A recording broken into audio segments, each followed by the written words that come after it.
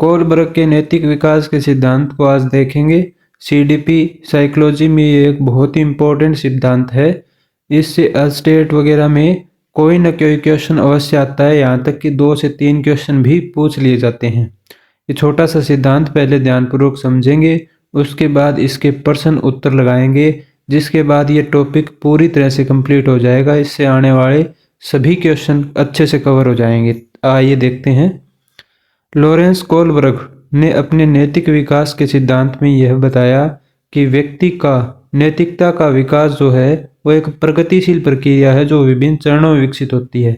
यानी कि ये कहना चाहता है कि जो नैतिक विकास है, यानी कि क्या अच्छा है क्या बुरा है, कैसे रहना चाहिए कैसे करना चाहिए, व्यवहार के बारे में जो नैतिकता है उसका जो विकास है वो चरणों में होता है, यानी कि स्टेजेस में होता है। तो उसने अलग अलग चरण बताए हैं, उनको देखते हैं। उन्होंने जीन पियाजे की संज्ञानात्मक विकास सिद्धांत कॉग्निटिव डेवलपमेंट थ्योरी को आधार बना करके यह समझाया कि नैतिक विकास केवल बाहरी प्रभावों से नहीं बल्कि व्यक्ति के संज्ञानात्मक और नैतिक सोच के स्तर पर आधारित होता है। यानी कि जो व्यक्ति है वो बाहर से प्रभावित तो होता है लेकिन उससे कम प्रभावित होता है, जबकि उसके अंदर आने वाले विचारों से ज़्यादा प्रभावित होता है। उसकी नैतिकता आंतरिक विचारों से ज़्यादा प्रभावित होती है। तो उसने इस आधार पर जो कॉग्निटिव डेवलपमेंट था जीन पियाजे का, उसके आधार पर क्वेश्चन आंसर दिए थे और उसी के आधार पर पूरी थ्योरी जो है वो उसको डेवलप किया था। कॉग्निटिव डेवलपमेंट जो है जीन पियाजे का, उसकी थ्योरी को हम बहुत अच्छे से कवर करवा चुके हैं, उसको भी आप देख सकते हैं। कोलबर्ग ने नैतिक विकास को 3 मुख्य सत्रों और 6 उप चरणों में विभाजित किया। यानी कि उसके लेवल पूछे जाएं, चरण लेवल पूछे जाएं या सत्र पूछे जाएं तो लेवल तो 3 है, परंतु चरण या उपचरण या स्टेजेस, जो स्टेजेस हैं वो 6 है।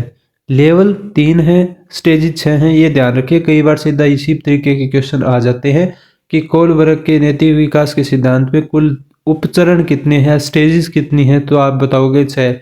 लेवल कितने हैं, स्तर कितने हैं, तो 3। ठीक है, तो पहला लेवल देखते हैं। पहला है पूर्व परंपरागत स्तर या प्री कन्वेंशनल लेवल। यह स्तर 4 से 10 वर्ष की आयु तक के बच्चों में प्रचलित होता है। इस स्तर पर बच्चे नैतिकता को बाहरी पुरस्कार और दंड के संदर्भ में समझते हैं। यानी कि 4 से 10 वर्ष का जो बच्चा होगा वो अपनी नैतिकता का सिद्धांत, यानी कि जो भी अपने व्यवहार करेगा वो बाहर से जो भी उसे पुरस्कार मिल रहा है या फिर दंड मिल रहा है, सजा मिल रही है, उसके आधार पर अपना व्यवहार तय करेगा। इसके अंदर पहला चरण या पहली स्टेज आती है दंड और आज्ञा पालन, सजा और आज्ञा पालन, ओबीडियंस एंड पनिशमेंट ओरिएंटेड।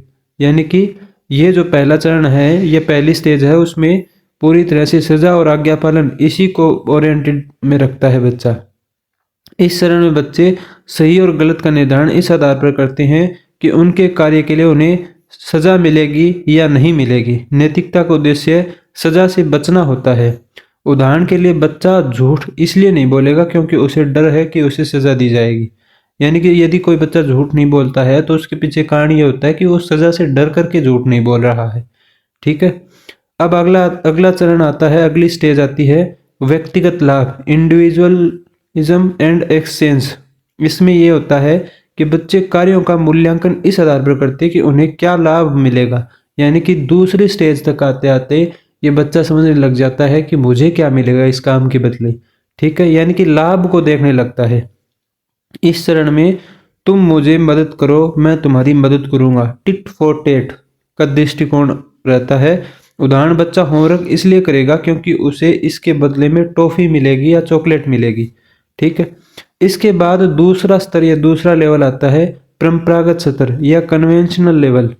यह स्तर किशोरावस्था से वयस्कता तक की देखा जाता है। इस स्तर पर व्यक्ति सामाजिक मानदंडों और दूसरों की अपेक्षाओं के आधार पर नैतिकता को समझता है।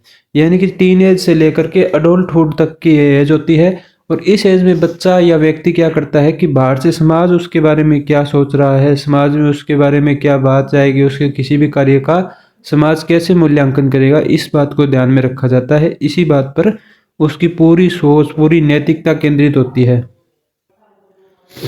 अब आगे देखते हैं, इसमें तीसरा चरण आता है, चरण 3, अच्छा बच्चा नैतिकता, गुड इंटर्नशिप पर्सनल रिलेशनशिप। यानी कि गुड बॉय नाइस गर्ल इस एज को कहा जा सकता है। इस स्टेज में बच्चा अच्छा दिखने का या प्रशंसा पाने के लिए सब काम करता है, प्रशंसा के लिए पूरी नैतिकता होती है। इस चरण में व्यक्ति अच्छे संबंधों को बनाए रखने के लिए नैतिकता का पालन करते हैं। सही और गलत का निर्धारण इस आधार पर किया जाता है कि यह दूसरों को खुश करेगा या नहीं। अब इसको उदाहरण से समझते हैं। कोई व्यक्ति चोरी इसलिए नहीं करेगा क्योंकि यह उसके परिवार को शर्मिंदा करेगा। यानी कि अब क्या है कि स्टेज जो है, इस स्टेज में या इस चरण में व्यक्ति इस बात को सोचता है कि समाज के बारे में, समाज उसके बारे में क्या सोचेगा, उसके परिवार के बारे में क्या सोचेगा, कोई उसे बुरा तो नहीं बताएगा, उसके बारे में गलत धारणाएं तो नहीं फैलाई जाएगी। इस चरण में आते आते बच्चे के अंदर इस प्रकार की नैतिकता विकसित होने लगती है। ठीक है। इसके बाद आता है चरण 4, स्टेज 4, सामाजिक व्यवस्था और कानून, मेंटेनिंग सोशल ऑर्डर्स। यानी कि इस चरण में क्या होता है कि नैतिकता का उद्देश्य समाज के कानून और नियमों का पालन करना होता है। व्यक्ति समाज के कल्याण और व्यवस्था को बनाए रखने के लिए कार्य करता है। यानी कि इसमें एक उदाहरण के द्वारा हम समझते हैं कि कोई व्यक्ति ट्रैफिक नियमों का पालन इसलिए करता है क्योंकि वह सभी के लिए सुरक्षित है। यानी कि अब क्या है, अब व्यक्ति ये सोचने लगता है कि मैं जो काम करूंगा उससे समाज में कुछ भला हो रहा है या नहीं। यानी कि वो समाज की भलाई सोचने लगता है, अपने व्यक्तिगत इंडिविजुअल लाभ को अब ध्यान कम देने लगता है। ठीक है। इसके बाद अगली स्टेज आती है परम परो परंपरागत स्तर, परो परंपरागत या पोस्ट कन्वेंशनल लेवल। ये सतर तीसरा है, लेवल तीसरा है। इसमें 2 चरण है, 5वां और 6वां, ये आखिरी 2 चरण है। इस स्तर पर कुछ वयस्कों में यह स्तर कुछ वयस्कों में विकसित होता है और यह स्वतंत्र नैतिकता के सिद्धांत पर आधारित होता है। यानी कि इस लेवल के ऊपर या इस स्तर के ऊपर सभी व्यक्ति नहीं पहुंच पाते हैं, इस लेवल पर कुछ ही व्यक्ति पहुंच पाते हैं। इसमें भी 5वें और 6ठे चरण पर बहुत ही कम लोग, 6 चरण पर तो बहुत कम लोग पहुंच पाते हैं। देखते हैं इसमें क्या कुछ होता है। इसमें क्या होता है कि कुछ वयस्क जो है ना, वो स्वतंत्र नैतिकता का विकास कर लेते हैं, स्वतंत्र नैतिकता के सिद्धांत पर आधारित होते हैं। चरण 5, स्टेज 5, सामाजिक अनुबंध, social contract and individual rights. इस चरण में व्यक्ति यह समझता है कि कानून और नियम समाज के लाभ के लिए बनाए गए हैं, लेकिन यदि वे अनुचित हैं, गलत है, तो उन्हें बदला जा सकता है। यानी कि व्यक्ति अब सोचने लगता है कि जो भी कानून वगैरह बनाए गए हैं उसको आंख मूंद करके पालन नहीं करना चाहिए। यदि कोई नियम, यदि कोई कानून गलत है तो उसको बदल देना चाहिए। नैतिकता का निर्णय व्यक्तिगत अधिकारों और मूलभूत मूल्यों के आधार पर लिए जाते हैं। उदाहरण के लिए कोई व्यक्ति ऐसी व्यवस्था का विरोध करेगा जो किसी वर्ग के साथ भेदभाव करती हो। यानी कि कोई ऐसा नियम है जिसके द्वारा महिला या किसी और वर्ग को नुकसान पहुंच रहा है, तो इस लेवल में आते आते व्यक्ति उन नियमों का विरोध करने लगता है और कहता है कि ये ठीक नहीं है, इस वर्ग के लिए ठीक नहीं है, समाज के इस तबके के लिए ठीक नहीं है, तो ये नियम हमें बदल देना चाहिए ताकि सबको समान अधिकार मिले, सभी खुश रह सकें। ठीक है। इसके बाद सबसे आखिरी चरण आता है स्टेज 6, सार्वभौमिक नैतिकता, यूनिवर्सल प्रिंसिपल्स। इस चरण में क्या होता है कि व्यक्ति जो है अपनी इंडिविजुअलिटी को पूरी तरह से फॉरगेट कर देता है, पूरी तरह से भुला देता है और उसका पूरा ध्यान इस बात पर केंद्रित होता है कि किस प्रकार से मतलब ज़्यादा से ज़्यादा समाज का भला किया जा सके। यह अंतिम चरण है जहाँ व्यक्ति सार्वभौमिक नैतिक मूल्यों जैसे न्याय, समानता को सबसे ऊपर रखता है। यानी कि सबसे सभी को न्याय मिलना चाहिए, समानता मिलनी चाहिए, सभी को खुशियां मिलनी चाहिए। इस स्टेज की सबसे बड़ी विशेषता यही है। सही और गलत का निर्धारण आंतरिक नैतिक सिद्धांतों के आधार पर किया जाता है, चाहे इसके लिए व्यक्तिगत नुकसान ही क्यों न हो।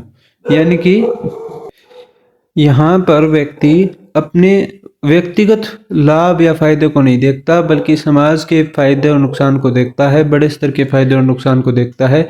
इस स्तर तक आते आते व्यक्ति अपने व्यक्तिगत नुकसान को सह करके भी समाज के लिए भला करने का प्रयास करेगा। उदाहरण देखते हैं महात्मा गांधी का सत्य और अहिंसा पर आधारित संघर्ष इस चरण का एक उदाहरण हो सकता है। उसके अलावा भगत सिंह है, सुखदेव राजगुरु है, राजेंद्र सिंह लाड़ी, इस प्रकार के जो महान क्रांतिकारी रहे हैं या जितने भी स्वतंत्रता सेनानी वगैरह रहे हैं जिनका व्यक्तिगत उद्देश्य नहीं था लेकिन फिर भी वो संघर्ष कर रहे थे, ये जो है ये उदाहरण स्टेज 6 को दर्शाता है जिसमें कि सार्वभौमिक नैतिकता, यूनिवर्सल प्रिंसिपल विकसित हो जाता है। अब इसकी कुछ विशेषताएं देखते हैं, कौन कौन सी इस सिद्धांत की विशेषताएं हैं। कर्मिक विकास, कोलबर्ग का मानना है कि नैतिक विकास एक कर्मिक प्रक्रिया है। व्यक्ति एक चरण से अगले चरण में तब तक नहीं बढ़ सकता जब तक कि उसकी संज्ञानात्मक क्षमता विकसित न हो जाए। यानी कि जब तक वो पहली स्टेज के लेवल को अच्छी तरह से प्राप्त नहीं करेगा तब तक दूसरी स्टेज पर नहीं आ सकता। यानी कि आप कोई भी बच्चे को देख लीजिए, शुरू में बच्चा पैदा होते ही यानी कि 2-3 साल का बच्चा भगत सिंह, महात्मा गांधी की तरह उपदेश नहीं दे सकता है। वो सबसे पहले अपने पहले स्टेज में आएगा, उस समय उसको अपने परिवार से, अपने आप से लगाव होगा, उसके बाद दूसरी स्टेज पर जाए, तीसरी, इस प्रकार स्टेज के हिसाब से, क्रम के अनुसार ही ये चलता है। ऐसा नहीं है कि कोई व्यक्ति पैदा होते ही भगत सिंह की तरह महान बन जाए, ऐसा नहीं होता है, उसको वक्त लगता है। अब है सार्वभौमिकता। यह सिद्धांत सभी संस्कृतियों और समाजों में समान रूप से लागू होता है। यानी कि यह नहीं है कि किसी एक ही संस्कृति में, सभी समाजों के अंदर सभी बच्चे इसी प्रकार से बड़े होते हैं कि धीरे धीरे शुरू में वो आंतरिक नैतिकता को सीखते हैं, फिर धीरे धीरे बड़ी नैतिकता को सीखते हैं। आंतरिक सोच का महत्व। कोलबर्ग का मानना है कि नैतिकता विकास बाहरी प्रभावों की बजाय व्यक्ति की आंतरिक सोच पर निर्भर करता है। अब कुछ आलोचनाएं देख लेते हैं। इसकी भी आलोचना की गई है। नैतिकता के विकास को केवल तर्कसंगत सोच पर तक सीमित करना, यानी कि यहाँ पर सिर्फ रीजंस वगैरह दिए गए हैं, प्रैक्टिकल इसको थोड़ा सा कम माना गया है। नैतिक निर्णयों में भावनात्मक और सांस्कृतिक विविधताओं को नजरअंदाज करना, यानी कि नैतिक निर्णयों में भावनात्मक और सांस्कृतिक विविधता भी तो हो सकती है। जैसे जापान के अंदर नैतिकता का अलग प्रकार आपको देखने को मिलेगा, वहां पर अलग तरह की नैतिकता आपको देखने को मिल सकती है। वहीं चीन के अंदर अलग प्रकार की होगी। उसी प्रकार अफगानिस्तान जैसे जो देश हैं, अरब ईरान, अरब कंट्रीज है, ईरान है, इराक है, वहाँ की नैतिकता अलग प्रकार की होगी। यूएस की, इंग्लैंड की, यूरोप की अलग प्रकार की, भारत की अलग प्रकार की नैतिकता होगी। तो संस्कृति और भावनाएं भी काफी हद तक महत्व करती है। महिलाओं को के नैतिक विकास को समुचित रूप से न समझाने का आरोप। केरोन गिलीन नाम की एक महिला जो थी, वो साइकोलॉजिस्ट थी, उन्होंने कहा कि कोलबर्ग ने केवल पुरुष बच्चों को ही अपने उसमें थ्योरी में शामिल किया है। यानी कि जब ये कोलबर्ग अपना इस सिद्धांत को विकसित कर रहे थे, जब ये एक्सपेरिमेंट कर रहे थे, इसमें जो जितने भी सैंपल थे, जितने भी बच्चे थे, जितने भी व्यक्ति थे, उसमें ज्यादातर क्या, सभी के सभी ही पुरुष थे, इसमें महिलाएं शामिल नहीं थी। तो केरोन गिलिन का कहना है कि जो महिलाएं हैं उनकी अलग प्रकार की नैतिकता होती है, उनका अलग प्रकार का नैतिक विकास होता है, तो उनको भी शामिल करना चाहिए था। तो ये जेंडर बायस्ड थ्योरी है, ऐसा आरोप केरोन गिलिन ने लगाया था। अब देखते हैं शिक्षा और बाल विकास में इस थ्योरी का महत्व क्या है। कोलबर्ग की नैतिक विकास का सिद्धांत शिक्षकों को यह समझने में मदद करती है कि बच्चे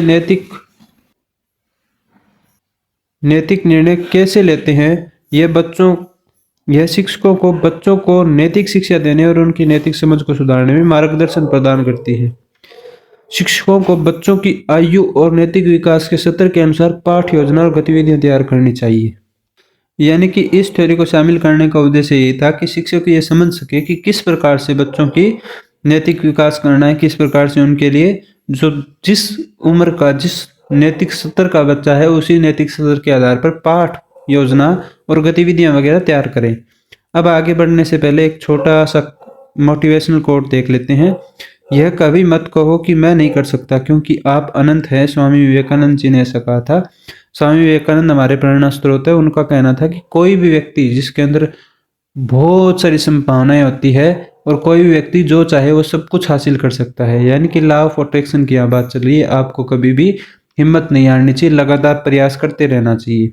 तो आइए देखते हैं हम कोलबर्ग की नैतिकता के विकास की थ्योरी पर आधारित कुछ प्रश्न उत्तर। 40 के करीब हैं, जितने हो पाएंगे उतना इस वीडियो में कर लेंगे, बाकी दूसरी वीडियो बना दी जाएगी। प्रयास करेंगे कि इसी वीडियो में हो जाए। कोलबर्ग की नैतिक विकास की थ्योरी का मुख्य उद्देश्य क्या था। उनकी जो थ्योरी थी, उनका मुख्य उद्देश्य क्या था, देख लेते हैं। नैतिक निर्णय लेने की प्रक्रिया को समझना। कोलबर्ग को ने यह समझाने की कोशिश की कि व्यक्ति किस प्रकार से नैतिक निर्णय लेता है और यह प्रक्रिया कैसे विभिन्न चरणों में विकसित होती है।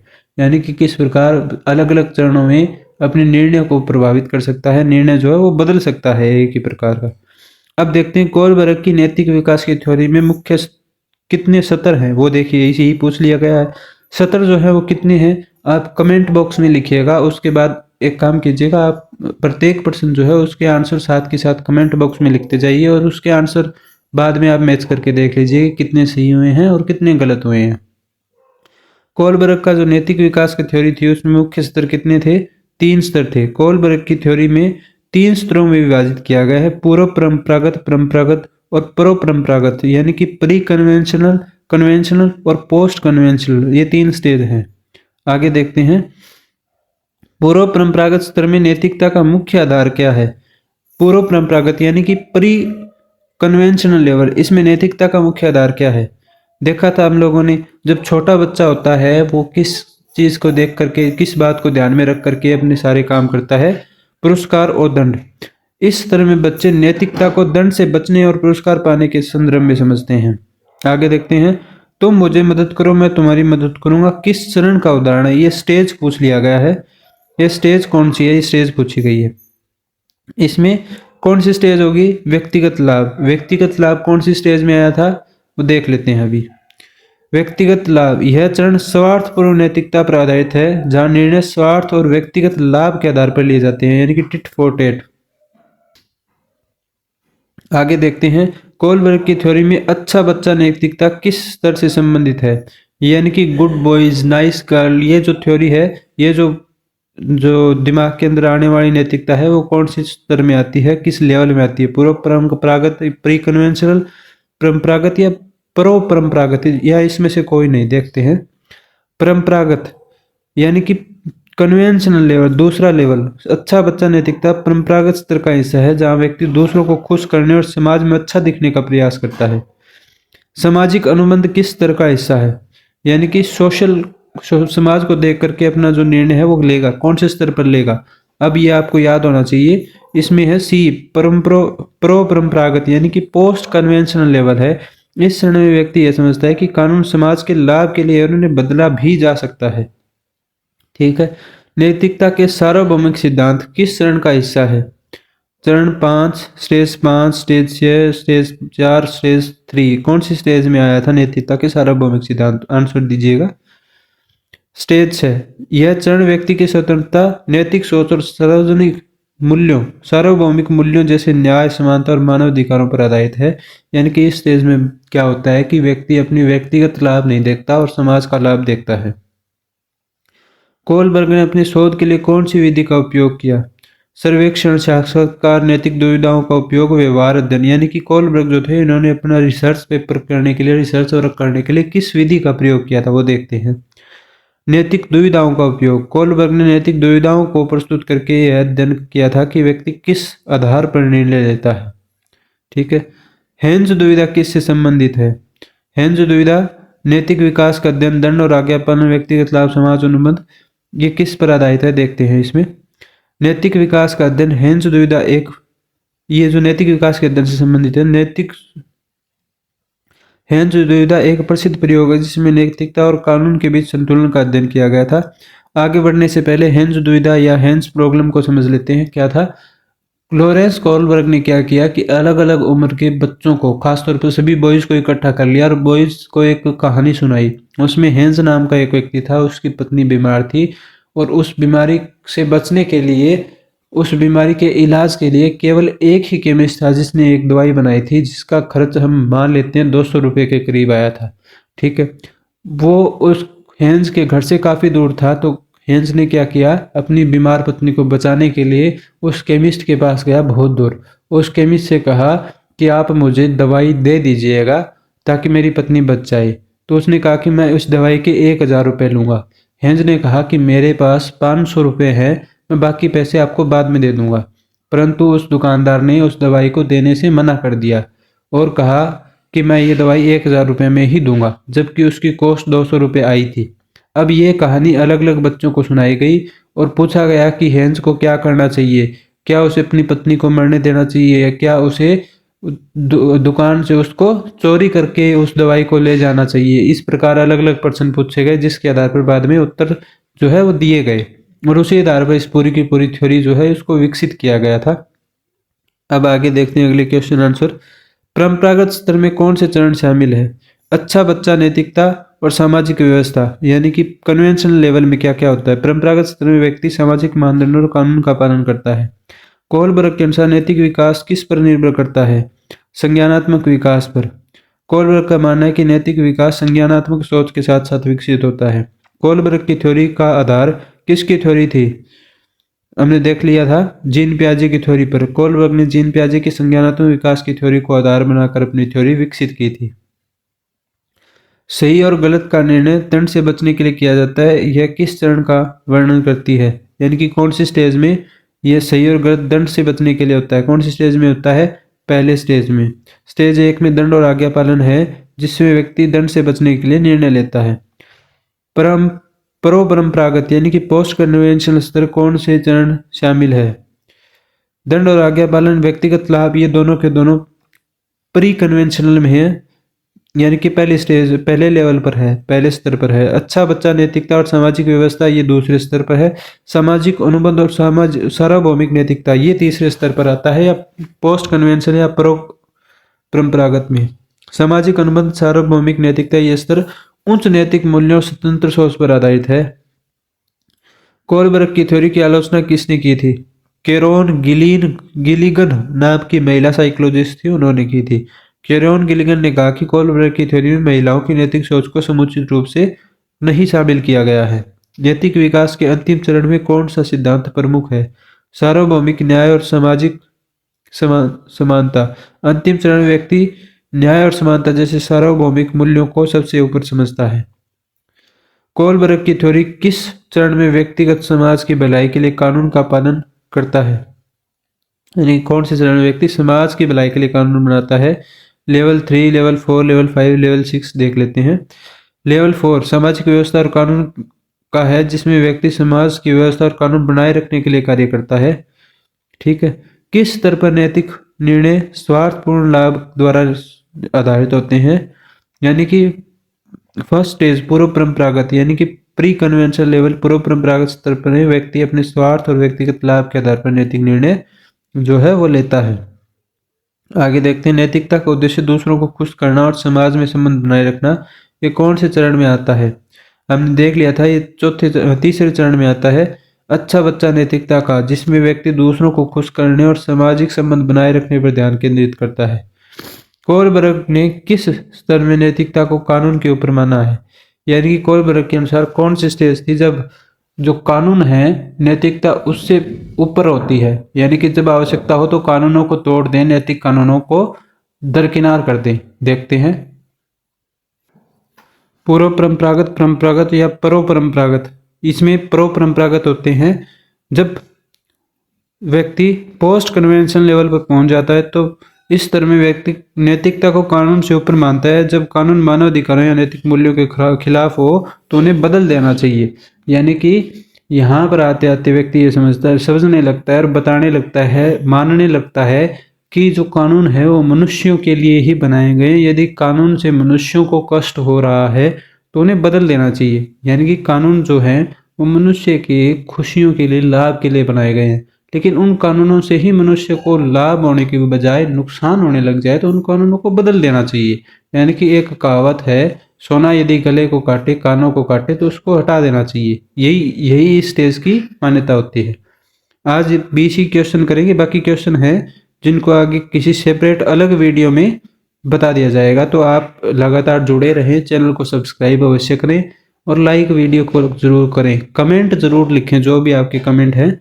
उसके बाद जो है बेल आइकन जरूर दबा लें, ताकि जब ये वीडियो हम अपलोड करेंगे बाकी क्वेश्चंस की तो आपके पास ये वीडियो का नोटिफिकेशन पहुंच जाए और आप इस वीडियो को लगा सकें। हम प्रयास करेंगे संडे को जो है वो बाकी सारे क्वेश्चन, संडे से पहले सैटरडे को ही आपको ये क्वेश्चन मिल जाए।